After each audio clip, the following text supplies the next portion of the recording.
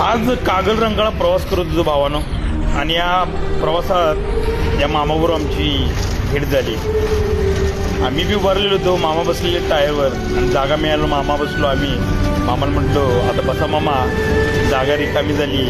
माणसं त्यांना ढकलत चालत होती. या गर्दीचा जमान्यात सुद्धा तो 80 वर्षाचा मामा आम्हाला शिकून जात होता. काय शिकवत होता बघा, म्हणत होता काही कष्ट करत राहायचं. आयुष्य जोपर्यंत चांगलं आहे तोपर्यंत कष्ट करत राहायचं आणि पुढे कष्ट करत राहायचं. जोपर्यंत येते तोवर करायचं, नाही काय नाही पण देव जायचं नाही म्हणायचं.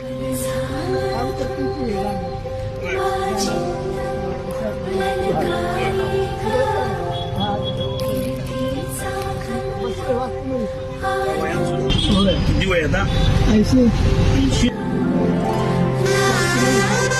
कष्ट आणि प्रामाणिक असेल ना तर आयुष्य खूप सुंदर आहे. या मामानं आज शिकवलं आम्हाला.